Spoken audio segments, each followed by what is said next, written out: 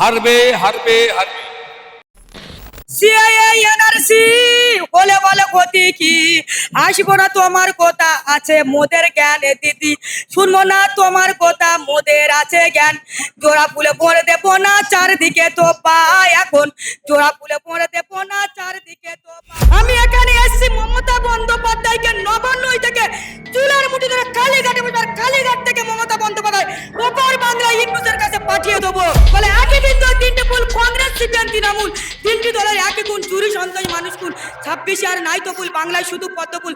এই অযোগ্য মহিলা থার্ড ক্লাসের মহিলা লীলজ্জা বেহার দোকান কাটা মহিলাকে আমরা চির বিদায়তে এই বাংলাদেশে পাঠিয়ে দেবো। বাঁচতে চাই বিজেপি চাই, বাঁচতে চাই বিজেপি চাই।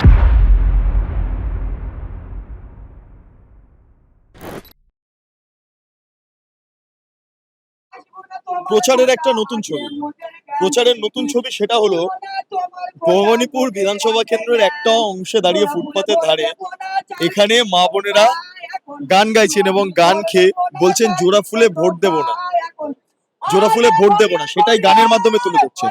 হ্যাঁ, গান একটা শক্তিশালী প্রপাগ্যান্ডা, গান বিভিন্ন জায়গাতে বড় বড় ভূমিকা পালন করেছে এই বাংলা লালনে এবং সামগ্রিকভাবে বিভিন্ন সমস্যা, সামাজিক সমস্যাকে কেন্দ্র করে গান বাদ্যে আমরা বিভিন্ন সময় দেখেছি, কিন্তু ভবানীপুরে সেই বিষয়টাকে কার্যকর করছে বিজেপি কর্মী সমর্থকরা। একবার কি গান গাইছেন একবার শুনবো।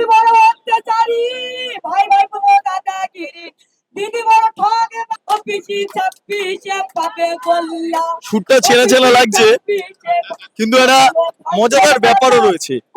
এক সময় আমরা কবি গানের ক্ষেত্রে দেখতাম সামাজিক বিভিন্ন বিষয়কে কেন্দ্র করে আক্রমণ করা হতো, এই মুহূর্তে দাঁড়িয়ে মমতা বন্দ্যোপাধ্যায়কে আক্রমণ করছেন বিজেপির প্রচারে আসা, শুভেন্দু অধিকারী প্রচারে আসা মহিলারা। এবং গানের টাইটেল পিসি 26-এ পাবে গোল্লা, অন্যদিকে শুভেন্দু অধিকারী এখানে মিছিল করছেন। বলছি গানটা কেমন লাগছে?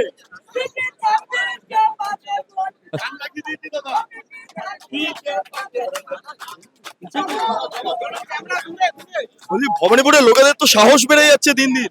সাহস বাড়বে না, নমস্কার।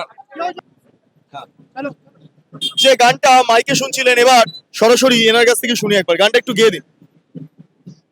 বাংলার ন যুবক শিক্ষিত বেকার গণ, বাংলার ন তরুণ শিক্ষিত বেকার গণ, সবাই এখন বুঝে গেছে দিদি ভাইয়ের প্রাণ, হাইরে সবাই এখন বুঝে গেছে দিদি ভাইয়ের প্রাণ, জোড়া ফুলে ভরে দেবো না চারদিকে তো পায় এখন, জোড়া ফুলে ভরে দেবো না চারদিকে তো পায় এখন।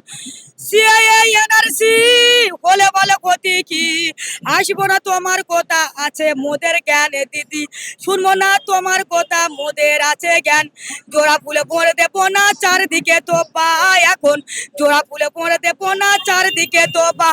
আহারে ঘরে ঘরে গরিব মুছে যাবে, শিক্ষার চাকরি হবে, কৃষকের উন্নয়ন হবে, শিল্পের বিকাশ হবে, জোড়া ফুলে ভরে দেবো না চারদিকে তো পায় এখন, জোড়া ফুলে ভরে দেবো না চারদিকে তো পায় এখন।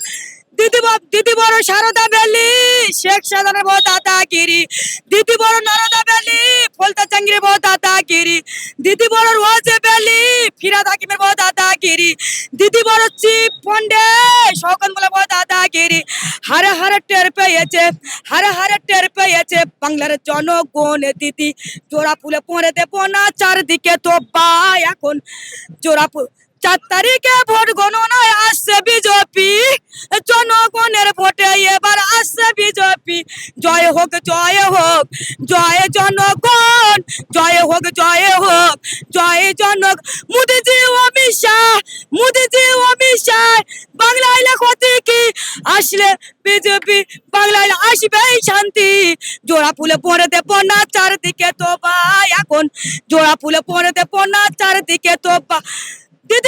দিদি বড় দর্শনকারী, বোমা বড় সোনা চুরুনি, হারে হারে টের পেয়েছে বাংলার লক্ষ্মীরা দিদি, হারে হারে টের পেয়েছে বাংলার অভয়ারা দিদি, হারে হারে টের পেয়েছে বাংলার কন্যারা দিদি, জোড়া ফুলে পরে দেবো না, জোড়া ফুলে পরে দেবো না চারদিকে তো বা এখন, জোড়া ফুলে পরে দেবো না চারদিকে তো বা। মধ্যযুগে যখন আমরা একটু মধ্যযুগ কি, আমরা যদি বাংলা সাহিত্যের ইতিহাসে চলে যাই, তাহলে অ্যান্টনি ফিরিঙ্গি সহ একাধিক স্বভাব কবিদের দেখবো যারা সামাজিক সমস্যাকে কেন্দ্র করে গান বাঁধতেন এবং একটা কম্পিটিশন চলতো। আজকের দিনে দাঁড়িয়ে আপনার নামটা খুব বিখ্যাত, আমি জানি, তবুও দর্শকদের সামনে আপনার নামটা বলুন, কারণ আছে। আমি রেবেকা মোল্লা, মধ্যপুর লোকসভা কেন্দ্রে বাড়ি। আমি এখানে এসেছি মমতা বন্দ্যোপাধ্যায়কে নবান্নই থেকে চুলার মুঠি ধরে কালীঘাটে বসে, আর কালীঘাট থেকে মমতা বন্দ্যোপাধ্যায় ওপার বাংলা ইন্নুসের কাছে পাঠিয়ে দেবো।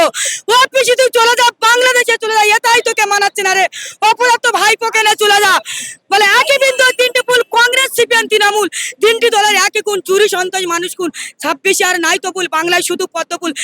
মমতা বন্দ্যোপাধ্যায় যদি আসে, বলে মমতা পিসি আইলে ফিরে অবায় হবে ঘরে ঘরে।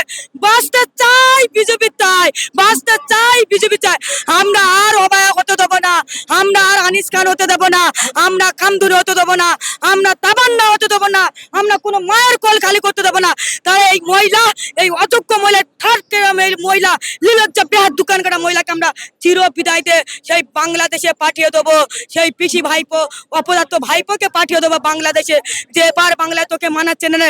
বলে পিসি পিসি করিস না, পিসির ফাঁদে পড়িস না, পিসির জ্বালায় জীবন শেষ, সামনে শুধু বাংলাদেশ।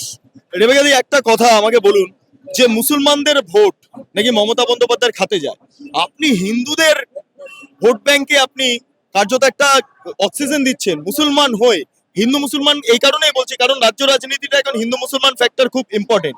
রেবেকা মোল্লা বিজেপি নেত্রী হয়ে যাচ্ছে, রেবেকা মোল্লা মমতা বন্দ্যোপাধ্যায়ের বিরুদ্ধে, যে মমতা বন্দ্যোপাধ্যায় আপনাদের জন্য এত কিছু করছেন, যদিও দুধেল গাই বলেন, তবে এত কিছু করছেন। মমতা বন্দ্যোপাধ্যায় সংখ্যালঘুর একটাও উন্নয়ন করেছে, এডোটে নামাজ পড়ে উন্নয়ন করেছে, ইফতার পার্টিতে ইফতার করে উন্নয়ন করেছে।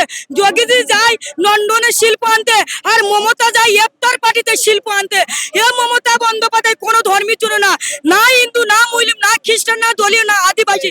এ মমতা বন্দ্যোপাধ্যায় শুধু আমাদের ভোট ব্যাংকে হিসাবে ব্যবহার করে। মানে দিল্লি পর্যন্ত ছুটে যায়, এসআইআর কে ভয় পায়, ভুয়ো ভোটারকে বাঁচাতে চায়, ভুয়ো ভোটারকে বাঁচাতে চায়, আর ভুয়ো ভোটারকে বাঁচাতে চায়। আর শুধু দিল্লি অব্দি ছুটে যায়, এসআইআর কে ভয় পায়, ভুয়ো ভোটারকে বাঁচাতে চায়। পরিবর্তন এবার চাই, এই মমতা আর নয়। নাম উঠেছে স্যার, নিশ্চয়ই উঠবে, কেন উঠবে? মমতা বন্দ্যোপাধ্যায় আমাকে এসআইআর নিয়ে ভয় পেয়ে দুবার তিনবার আমাকে ডেকে, আমি নিউজ বাংলা বঙ্গ টিভিকে 30 পুরো করেছিলাম। কেন? মমতা বন্দ্যোপাধ্যায় দালাল, বিটি আইডিয়া দালাল, এরা দালালের কাজ করলো।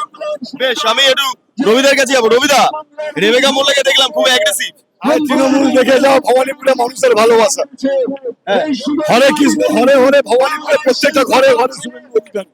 আমাকে একটা কথা রবিদা এটা বলো, যে এই চত্বরে দাঁড়িয়ে আমরা যদি সোজা যাই আমরা মদন মিত্র বাড়ি পাবো, তারপরে সৌমদেব চট্টোপাধ্যায়ের বাড়ি পাবো, এই 200 মিটার পর হরিস্টারের ডিস্ট্রিক্ট পাবে, অভিষেক বন্দ্যোপাধ্যায়ের হ্যাঁ, বাড়ি, মমতা বাড়ি পাবো। তারপরে মমতা বন্দ্যোপাধ্যায়ের বাড়ি। যাই আপনি হোক, যদি দাদা আজকে যেতে পারতো, আপনি মানুষের আবেগটা বুঝতে পারতেন। হ্যাঁ, দাদার প্রতি একটা ভালোবাসা, হ্যাঁ। মানুষ দাদাকে পেয়ে ভরসা পেয়েছে। হ্যাঁ। দাদাই একমাত্র ভরসা। ভবানীপুরে মানুষ যেটা চাইছিল সেটা হয়েছে, সুতরাং শুধু সময়ের অপেক্ষা। বিটুদা, আমি বলে দিচ্ছি, সময়ের অপেক্ষা। ম্যারিকেল চমৎকার রেজাল্ট হবে, আপনি ভাবতেও পারবেন না ভবানীপুরে ফলাফল কি হতে যাচ্ছে। পুলিশ কি বলছে? পুলিশ মিষ্টি খাওয়াচ্ছে, খাইয়েছে মিষ্টি, মিষ্টি খাওয়াচ্ছে। পুলিশের তলে ভুল বদলে গেল নাকি? বলছে, আপনি বুঝতেই পারছেন, খুব ভালো ব্যবহার, দারুণ ব্যবহার, পুলিশ গ্রেপ্তার করার পরিবর্তে মিষ্টি খাওয়ালো। দারুণ ব্যবহার করছে। কেন বলবো, পুলিশ ভালো ব্যবহার করেছে।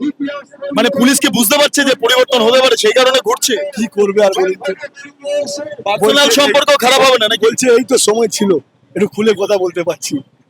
এই গোটা 5টা এটা বছর কোথায় রেখে? থানায় রেখে? যাই হোক, এটা এত বললে তো হয়ে যাবে। সর্বনাশ, পুলিশের পরিবর্তন। রেবেকা মোল্লা তিনি যা গান গাইলেন আমরা শুনলাম, সবটা মিলিয়ে জাস্ট ভাবনার বিষয়। যাই হোক, আমি যেটা বলছিলাম যে এই চত্বরে দিলীপ ঘোষ একবার এসেছিলেন, তাকে মারধর করার জন্য করা হয়েছে, গো ব্যাক করা হয়েছে, হাত দেওয়া হয়েছে, এই জায়গাটাতে একটু এগিয়ে। একটু আগে। আর হ্যাঁ, আজকে বাংলার জননেতা হাঁটছেন, সনাতনী রক্ষক। দেখুন মানুষের ভালোবাসা, দেখুন, দেখাও ক্যামেরাকে, দেখাও। এই চেঞ্জটাই হচ্ছে এই মুহূর্তে ভবানীপুরের চেঞ্জ। পরিবর্তন ভবানীপুর থেকে আরম্ভ হবে। ভবানীপুরে মানুষ আর ব্যালেট খুলবে, ইভিএম খুলবে, এই যে শুভেন্দু অধিকারী লিডটা নেবে, ওই লিড আর পিছবে না, লিখিয়ে দেবে। বলছি, মহিলাদের বিভৎস উপস্থিতি এখানে দেখা গেল ভবানীপুরে, এটাকে কিভাবে অনেক ভোটে হারবে মমতা ব্যানার্জি, অনেক ভোটে হারবে। বলছি এখানে আমার সঙ্গে তো মাত্র 16টা লোক আছে। ওনার এত চিন্তা কেন? ওনার এত চিন্তা কেন? প্রচুর পুলিশ, এখানে তৃণমূল কংগ্রেসের তরফেও দেখা যাচ্ছে অনেকে দাঁড়িয়ে আছে।